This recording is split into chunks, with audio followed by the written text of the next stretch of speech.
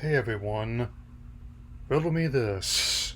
As what do Phil Spencer, Les Benzies, and Andrew Wilson all have in common? They are all among the people who, thanks to their constant shenanigans, are going to be topics I'm addressing in this one's game vlog. I mean, there's even more and more events, so I'm just ripping off that bandage now, so I can talk about what I'm playing currently and what I'm looking forward to playing next. So let's begin. Let's start with the big story currently in progress.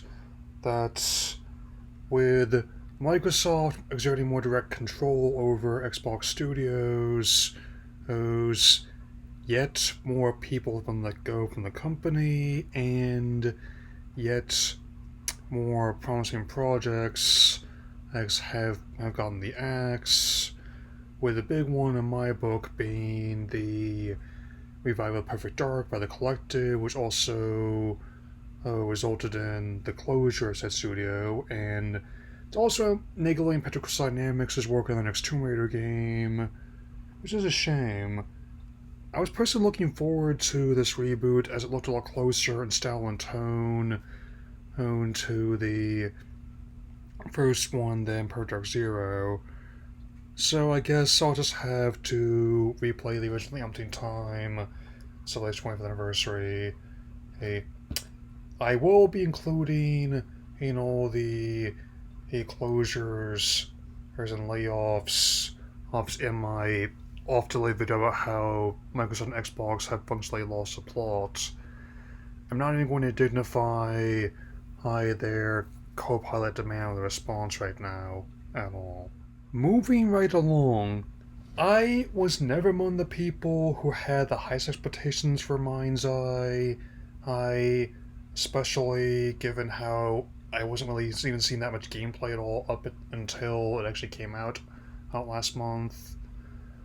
But I can't say anyone expected it would be this much of a disaster, or where PS2 games that came out decades ago look and play better than it. I mean, worse than comparable installments of the same genre, or these ones are attempting to approximate, including ones that Les Benzies had a direct hand in, and it seems that despite all the critical and commercial all all all failures, he intends to reboot the game as the company is facing in potential layoffs, and he's also still doubled down on the Saboteurs claim even after the publisher IO Interactive debunked it.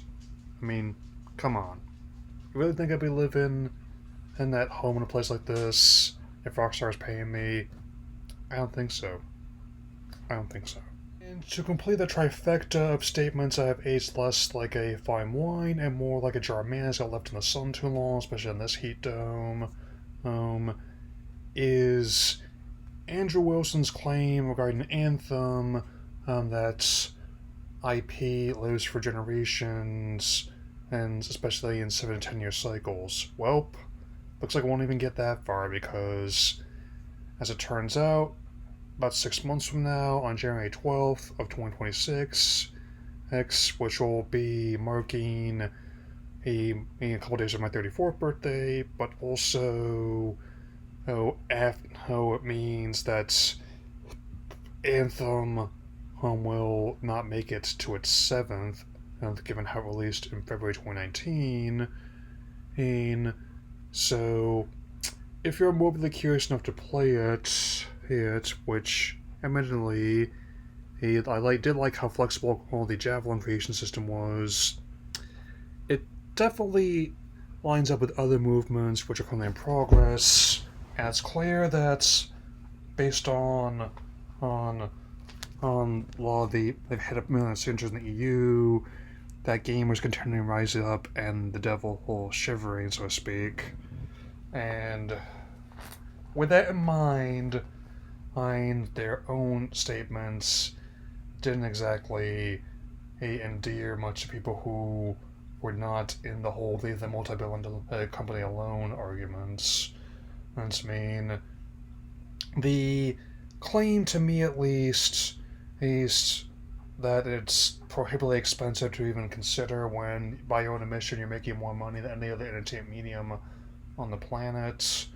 That is absurd. I mean, at the most, it'd be akin to Bezos pleading poverty. That's the one thing I mentioned of him after coming out that wedding of his in Italy, and at least it brings to mind one of the Scott Pilgrim memes. But it's hard. With that in mind, I think I'll go on to what I'm currently playing and looking forward to playing as well. Starting off with a new Scott Pilgrim game, which takes cues from the hit Netflix anime Scott Pilgrim Takes Off, as well as many same people who did Shredder's Revenge and Street Rage 4, as well as the upcoming Shinobi Art of Vengeance. And I am looking forward to playing that, as well as this. So, in response, I'm working on Kingdom Hearts completion on Scott Pilgrim vs. the World, the game, Anniversary Edition, and I definitely have cleared with Scott, Wallace, and Ramona. I'm currently working on it with Kim. I also am working on getting. I think I may have also done with Stills as well. So I'm also getting deep in Splatoon 3, practicing for the next Encore Splatfest. I guess I'm on Team Air, with me hopefully seeing my father in a few weeks. And I'll have some stuff ready in mind. In fact, some already have banked and ready just to encode and upload when the time comes, after or before I have my molars out, or have my work done on them, I suppose. Count on that. New month also means new PS Plus drops on top of the new PS5 day and date release Jusant actually getting some sort of reception. I also have tried, and we'll get more into the other two titles that led this month, Campfires 15, which I'm eager to explore more as a big fan of that franchise, and Diablo 4, or Best Love Hatred, and I looked up information on what's the best build for a newcomer like me, and I think they made a good suggestion with the Druid class. Like, it's usually what I do when I start any kind of new who I'm not inherently familiar with. I look for a class that's like a jack of all trades, but master of none, so I can explore as I see fit, and then once I've gotten a whole hang of the mechanics that way, I start experimenting with other builds as well. Oh man, they have made a lot of fixes, and let's say, even as someone who's not as big a Diablo fan as others, I have more witness to some more infamous events, like the auction house system, at least when it came out in the third game, was a disaster, and I still like how the red shirt guy got more applause than the actual announcement with the Immortal line, "Is this an out-of-season April Fool's joke?" Of course, there are some on other titles. The E-tier will see the release of Twisted Metal 3 and 4, which I'm not a huge fan of that franchise, mainly related to the upcoming second season of the Peacock Show, which I have not seen. And my guess is, if I would personally, I would not want a new title to be Games of Service one, especially, I think if I was calling proverbial shots, I want it to be something like, say, Twisted Metal Black. Heck, my favorite installment franchise. Go all in the horror aspects and be as M-rated as possibly can.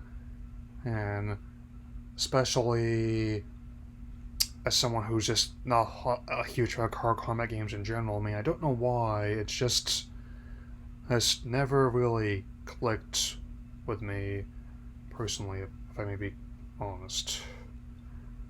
One thing that has clipped me, however, is Wheel of Katamari Reroll, including the Royal Reverie, which I was not expecting to enjoy as much as the first title.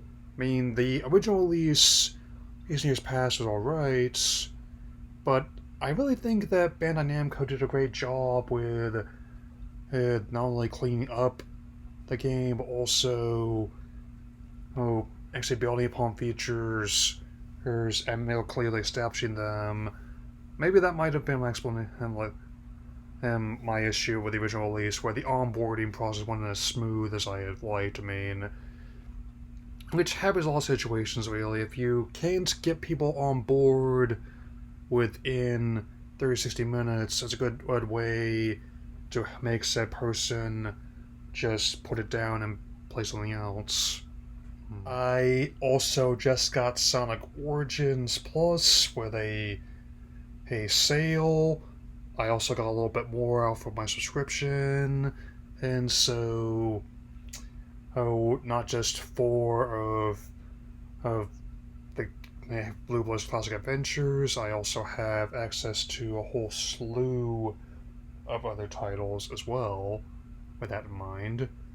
And that being the case, I will definitely be playing that quite a bit, and if I do have to take a brief hiatus after my next round of dental appointments, then don't be too worried about that, as I'll have game streams in mind, and I like to be rewatching the Earth Blew Up just to laugh my way through the whole situation.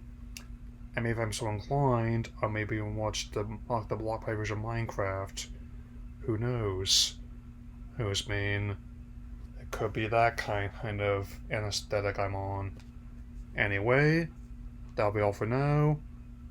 I'm also working on getting tickets to Superman soon, so I'm on track to meet my goal about having my review of the Richard Donner cut done and out by Thursday, so that'll be all for now. Take care, everyone.